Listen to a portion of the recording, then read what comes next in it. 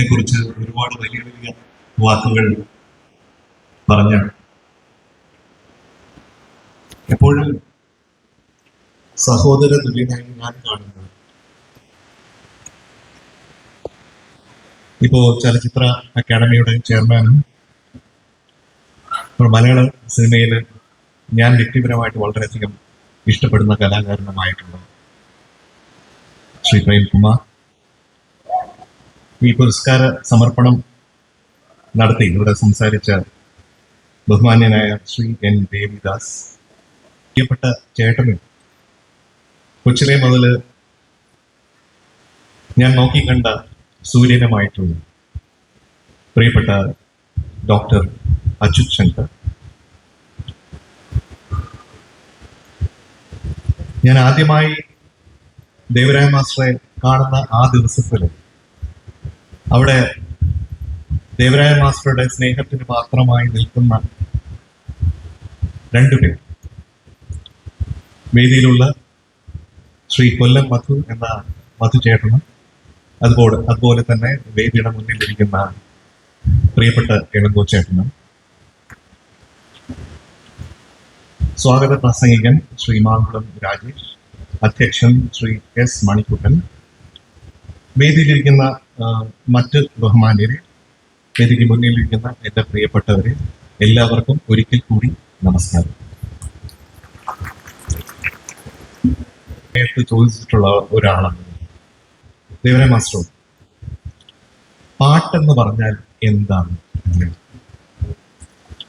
ഉടനെ വരും ഉത്തരം, ഒരു താമസം ഉണ്ടാവില്ല, ഒരു നിമിനേരം മതി മാസ്റ്ററുടെ ഉത്തരത്തിന്. മാസ്റ്റർ പറയുന്നു, നിന്നെ പാട്ടിലാക്കുന്നത് എന്തോ അതാണ് പാട്ട്. അപ്പൊ ഏതൊക്കെയോ കാലത്ത് പ്രേംകുമാർജിയെ പാട്ടിലാക്കിയ ഒരു പാട്ടാണ് അത്. അദ്ദേഹം ഹൃദയം കൊണ്ട് ഇവിടെ പാടിയത്. ഞാൻ എൻ്റെ പാട്ടുകാരോട് പറയാം, പാടുന്നത് വെറും ഒരു എക്സസൈസ് ആവരുത്. വോക്കൽ കോഡ് കൊണ്ട് ഒരു ഫിസിക്കൽ മാനിഫെസ്റ്റേഷൻ ആവരുത്. അത് ഹൃദയം കൊണ്ട് പാടേണ്ടതാണ്.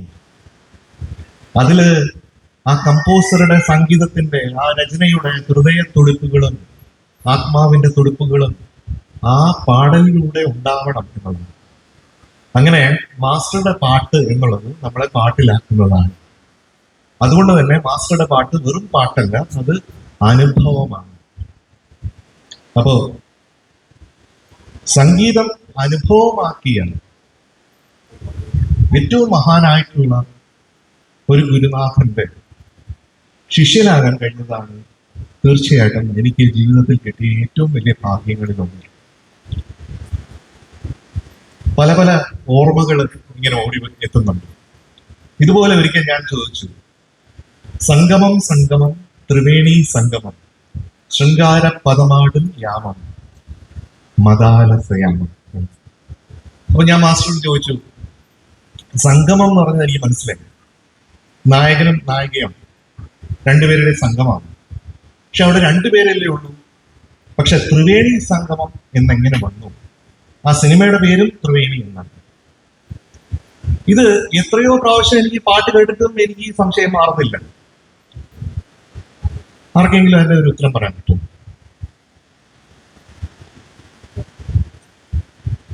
മാസ്റ്ററോട് ഞാൻ ചോദിച്ച ചോദ്യത്തിന് ഉത്തരം മാസ്റ്റർ എനിക്ക് പറഞ്ഞതുകൊണ്ട് എനിക്ക് അറിയാം. അതെന്താ വെച്ചാൽ മാസ്റ്റർ പറഞ്ഞു, ത്രിവേണി എന്ന് പറയുന്നത് എന്താണെന്ന് വയലാർ അനുപല്ലവിയുടെ അവസാനത്തിൽ എഴുതി വച്ചിട്ടുണ്ട് എന്ന്. അതാണ് വയലാറിന്റെ രചനയുടെ പ്രത്യേകമായിട്ടുള്ള ഒരു പ്രഭ എന്ന് അദ്ദേഹം പറഞ്ഞത് ഞാൻ ഓർക്കുകയാണ്. ത്രിവേണി എന്ന് പറയുന്നത് ഗംഗ, യമുന, സരസ്വതി മൂന്നും യോജിക്കുമ്പോഴാണ്. ഗംഗയും യമുനയും നമുക്ക് കാണാൻ പറ്റും, പക്ഷേ സരസ്വതി നമുക്ക് കാണാൻ പറ്റില്ല. അത് അന്തർവാഹിനിയാണ്. അപ്പൊ അത് ഉള്ളിൽ ഇങ്ങനെ നിറഞ്ഞ് കവിഞ്ഞ് ഒഴുകിക്കൊണ്ടിരിക്കുന്നതാണ്. അപ്പൊ അങ്ങനെ അതുമായി അനർത്ഥമായിട്ട് കൊണ്ടുവരുന്നത് നീയും ഞാനും നമ്മുടെ പ്രേമവും. ഇപ്പൊ ഗംഗ യമുന എന്ന് പറയുന്ന നീയും ഞാനും, നമ്മുടെ ഉള്ളിലുള്ളത് അനന്തമായി ഒഴുകിക്കൊണ്ടിരിക്കുന്നത് ആ സരസ്വതിയാണ് തീർച്ചയായിട്ടും നമ്മുടെ പ്രേമം എന്ന് പറയുന്നത്. അടുത്ത ചരണത്തിൽ പറയുന്നു, നീയും ഞാനും പാട്ട് ഓരോ പ്രാവശ്യം കേൾക്കുമ്പോഴും അദ്ദേഹം വീണ്ടും വീണ്ടും പുനർജനിക്കുന്നു. അത് നമുക്ക് അനുഭവമാകുന്നു എന്നത്. ഒരിക്കൽ മാസ്റ്റർ എൻ്റെ അടുത്ത് ചോദിച്ചു, മാസ്റ്ററുടെ ഒരു ശബ്ദമുണ്ട്, പ്രത്യേക ശബ്ദത്തിലാണ് മാസ്റ്റർ സംസാരിക്കുക. അപ്പൊ മാസ്റ്റർ ചോദിച്ചു, നിനക്ക് എന്തിനാ അവന്റെ പേരിട്ടത്? അപ്പൊ എനിക്കിത് മനസ്സിലായില്ല. അപ്പൊ ഞാൻ, മാസ്റ്റർ എനിക്ക് മനസ്സിലായില്ല, നിനക്ക് എന്തിനാ അവന്റെ പേരിട്ടത്? പിന്നെ ചോദിച്ചു. അപ്പോഴാണ് എനിക്ക് മനസ്സിലായത്, ജയേട്ടന്റെ പേരും ജയചന്ദ്രൻ എന്നാണ്. എന്റെ പേര് എന്തിന് ജയചന്ദ്രൻ എന്നിട്ടു എന്നാണ് മാസ്റ്റർ ചോദിച്ചത്. ഒരേ പേരുള്ളപ്പോൾ നിനക്ക് മുന്നോട്ട് വരാൻ ബുദ്ധിമുട്ടായിരിക്കും എന്ന് മാസ്റ്റർ പറഞ്ഞു. അപ്പൊ ഞാൻ പറഞ്ഞു, എന്റെ അച്ഛനും അമ്മയും ഇട്ട പേരല്ലേ മാസ്റ്റർ, ഞാനെങ്ങനെ ഇത് മാറ്റും എന്ന്. മാസ്റ്റർ അപ്പൊ ഇങ്ങനെ ആലോചിച്ചല്ലാതെ മാസ്റ്റർ ഒന്നും പറഞ്ഞില്ല. അതിന് 2 മാസത്തിന് ശേഷം ഓണത്തിന്റെ ഗാനമേള തിരുവനന്തപുരത്ത് നടക്കുന്ന അവസരത്തിൽ സെൻട്രൽ സ്റ്റേഡിയത്തിൽ ഞാൻ പാടേണ്ട പാട്ട് നാദബ്രഹ്മത്തിൻ സാഗരം നീന്തി വരും എന്നുള്ളതാണ്. അപ്പൊ അത് പാടാൻ വളരെ പ്രയാസമാണ്. അപ്പൊ ഞാൻ പേടിച്ചാണ് മാസ്റ്ററുടെ പിന്നിൽ ഇങ്ങനെ നിൽക്കുന്നത്. ഇത് പാടാതിരുന്നെങ്കിൽ എന്ന് ആഗ്രഹിച്ചാണ് നിൽക്കുന്നത്. ജനങ്ങളുടെ മുമ്പിൽ പാടാനുള്ള പേടിയല്ല, മാസ്റ്ററുടെ മുമ്പിൽ അത് അവതരിപ്പിക്കാനായിട്ടുള്ള പേടിയാണ്. അപ്പൊ അങ്ങനെ നിൽക്കുമ്പോൾ മാധുര്യമ്മയുണ്ട്, പന്തളം ബാലനുണ്ട്, വേറെ ഗായകരുണ്ട്. അപ്പൊ മാസ്റ്റർ അനൗൺസ് ചെയ്തു, അടുത്ത ഗാനം അവതരിപ്പിക്കുന്നത് തിരുവനന്തപുരം ഗോപാലചന്ദ്രൻ.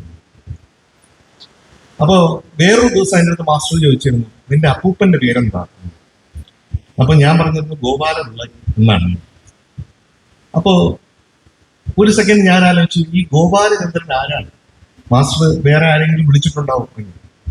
അപ്പോ ഞാൻ പോകാത്തത് കണ്ട് മാസ്റ്റർ തിരിഞ്ഞിട്ട് പറഞ്ഞു, നിങ്ങൾ തന്നെ ഉദ്ദേശിക്കുന്ന പോയി പാട് എന്ന് പറഞ്ഞു. അപ്പൊ അങ്ങനെ ഒരു ദിവസം മാസ്റ്ററുടെ കനിവിനാണ് ഞാൻ തിരുവനന്തപുരം ഗോപാലചന്ദ്രനായിട്ട് ഒരു ഗാനമേളയിൽ പാടിയത് ഞാൻ ഈ അവസരത്തിൽ ഓർക്കുന്നു.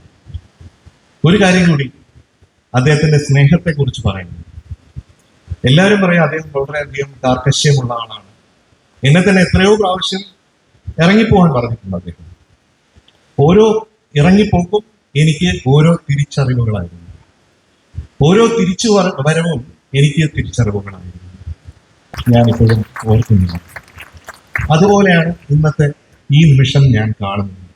മാസ്റ്റർ വിളിക്കുന്നു, മാസ്റ്റർ പറയുന്നു, നിന്റെ പേരിലുള്ള ഒരു അവാർഡുണ്ട്, അത് നിനക്ക് തരാൻ പോകുന്നു ഞാൻ എന്ന് മാസ്റ്റർ പറയുമ്പോഴത്തേക്കും ഞാനിവിടെ പ്രഭാതത്തിലെ ഓടിയെത്തുകയാണ്.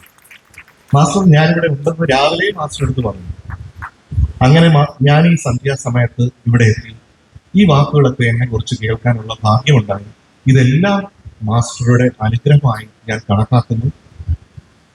മഹാകവി പി കുഞ്ഞിരാമൻ നായർ പറഞ്ഞിട്ടുണ്ട്, കെട്ടുന്ന വേഷത്തിനേതിനും ഒന്നാണ് ലക്ഷ്യം, ഗുരുവരാനുഗ്രഹ പ്രീണനം.